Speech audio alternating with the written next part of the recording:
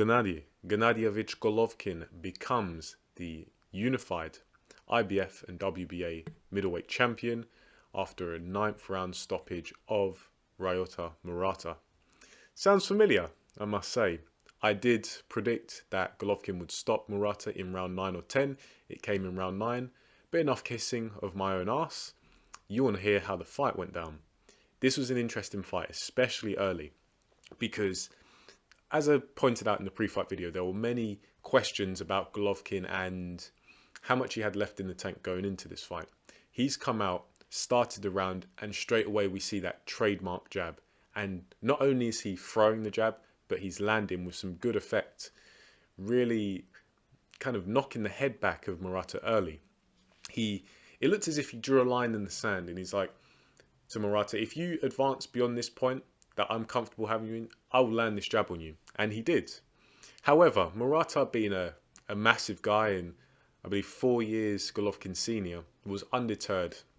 And Murata actually looked quite strong in the clinches.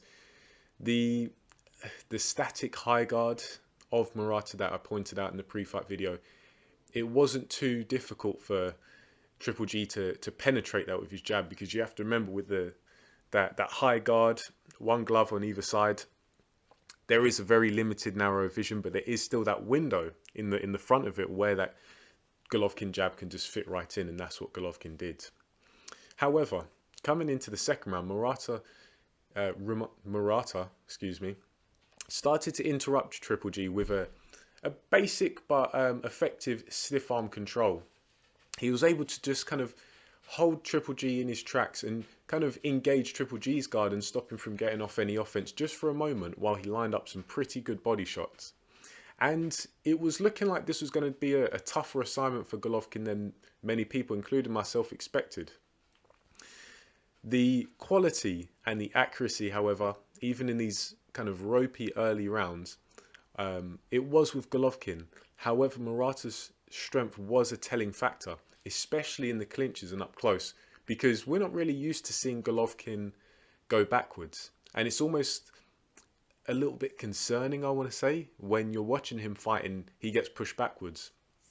But that's what was happening. Murata made use of his size and use of his strength, because, say, in my books, and I think many people agree, Murata didn't really have too much to trade on, but this was one thing that he definitely had to utilise. And it got to a point where Triple G looked like he looked a bit flustered and a little bit gassed. You know, he was breathing a bit heavier, and when you consider it was only the third round, he was looking to move laterally and get some space, but still making use of the subtle defense that I believe many people don't actually give GGG credit for. Yeah, he gets clocked and he gets kind of clipped here and there, but for the most part, he is able to kind of slip off a lot of times. And that's what he was doing after, as I say, a couple of rounds going into the third. Both men were clearly feeling the pace early in this fight. As I say, GGG looked a little bit flustered at certain points. I think where he's so used to getting people's respect with his power, Murata wasn't really like that. Early on, Murata was taking some clean shots, but he came with that samurai spirit and he tried to push on forward and managed to get a bloody nose for his troubles. So it was the fourth round and both guys looked like they'd already gone significantly more rounds. Murata, despite looking a bit busted up at this point, was looking to maintain some forward momentum, but it was looking well. It was looking good for Murata. It was either man could take the fight by the scruff of the neck, but especially as GGG, he was able to start rounds well, usually with some accurate shots and some decent flurries here and there, but he wasn't necessarily able to carry it through for the entire rounds. And now, Triple G has never just been an out-and-out volume puncher. He does like to set up quality shots. But there is clearly some sign of aging where Golovkin is looking to be a bit more frugal, is that the right word, with his energy expenditure. And he'd usually start a round strong and then just kind of look to maybe pick and poke a few clean power shots, maybe just land the ramrod jab. So yeah, Golovkin, I mean, he's 40 years old, you can't really blame him. But by this point, the lack of defense was starting to cost Murata. And Golovkin was able to set up pretty clean shots to the head and the body. and it looked as if he was really starting to get a grip on the fight in the 6th round especially. And then by the 7th, Murata was clearly feeling the pace. You could see him visibly breathing with his mouth open, had a bloody nose, looked like there was maybe some blood in the mouth, but still showing that Japanese warrior spirit, looking to press Golovkin. But by this point, at least when I'm watching it, I felt like Golovkin was now pretty comfortable, relatively speaking, say, compared to the early rounds. Murata was becoming more and more stationary on the ropes throughout rounds, and when he was stationary on those ropes, Golovkin was really teeing off with the left hook.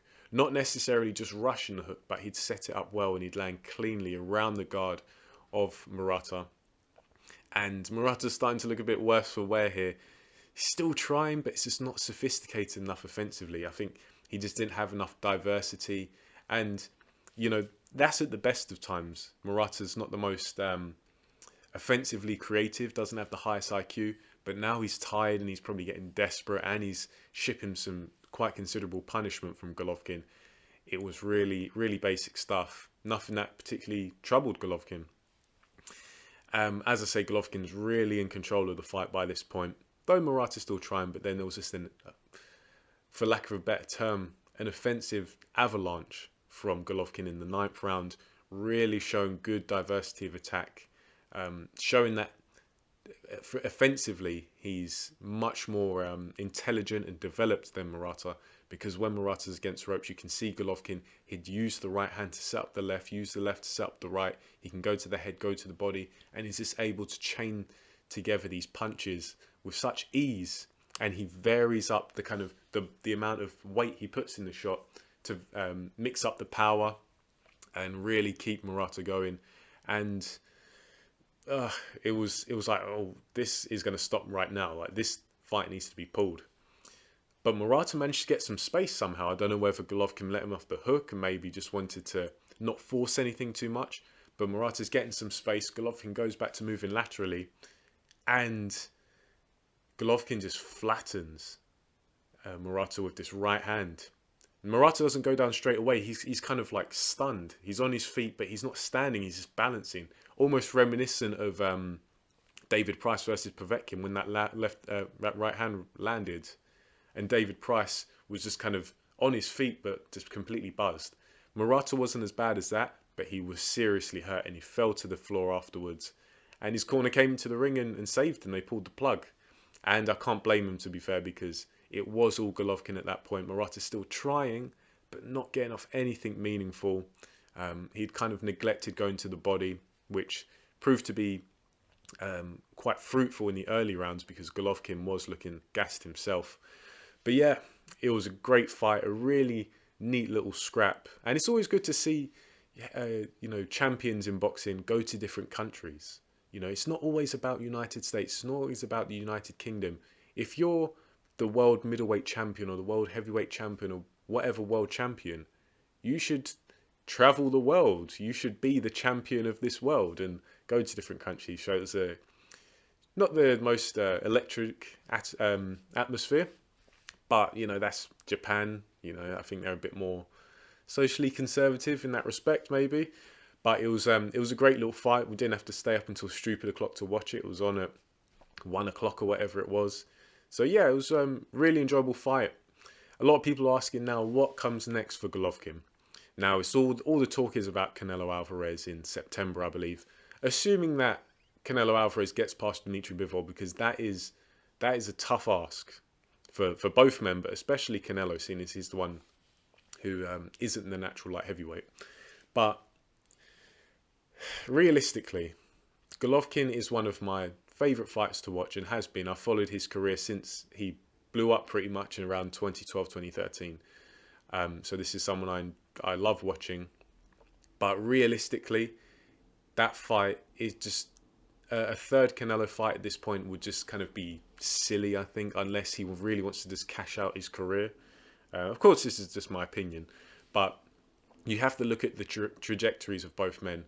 When Golovkin was breaking through as like a middleweight boogeyman, Canelo was, fighting Matthew Hatton and then fighting Floyd Mayweather, around that kind of time. And now Canelo is a fully fledged, undisputed super middleweight champion looking to take on the big dogs at light heavyweight. Whereas Golovkin, he's seen much better days. So in a timeline perspective, that doesn't make much sense for Golovkin. I'm sure Golovkin being the absolute dog, the animal that he is, because you have to bear in mind and give Golovkin credit, of course, for winning. But see, the thing is, Golovkin has had this career. Well, he made a large portion of his career. He was seen as that boogeyman. He was a serious puncher, just an offensive powerhouse, and a genuinely avoided fighter. And it's easy for fighters like that to kind of adopt a bit of a bully mentality. And then as soon as they're in fights that's getting a bit rough and not everything's going their own way, it's easy for fighters like that to fold. But Golovkin doesn't fold. He carries on going and he looks to do some serious damage.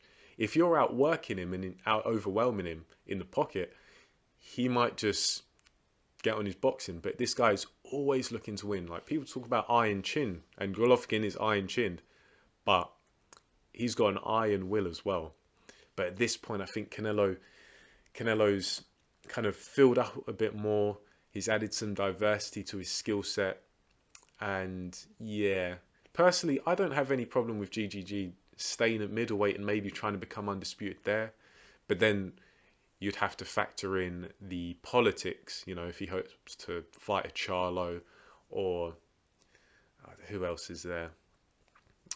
Who else is there for Golovkin to fight? Chris Eubank Jr., I suppose. I don't think Chris Eubank Jr. does all that well against Golovkin, even a 40-year-old Golovkin. Who's at middleweight? Yeah, Charlo, Erislandy Lara. I really want to see that. Jaime Munguia. Obviously, Munguia was scheduled to fight Golovkin back in 2018. That didn't come off though. Yeah, maybe Golovkin wants to go up a weight class or two and test himself, because middleweight, it's not exactly on fire. But then maybe he'll see that as his opportunity to become undisputed. Who knows? But whatever Golovkin does, I'm gonna surely tune in again, because as always he brings a lot of excitement. And yeah, and I think it's fair to say that Golovkin is an all-time great middleweight. I know some people still have their doubts. Personally, I think it's quite clear Golovkin, he is something special, because at 40 years old to become unified middleweight champion once again, yeah, that says a lot. Just my opinion, however. Feel free to agree, disagree. Leave your take in the comment section below. I'll get back to you. If you could like, comment, share and subscribe, that'd be greatly appreciated. Thanks for listening, and I'll catch you in the next video.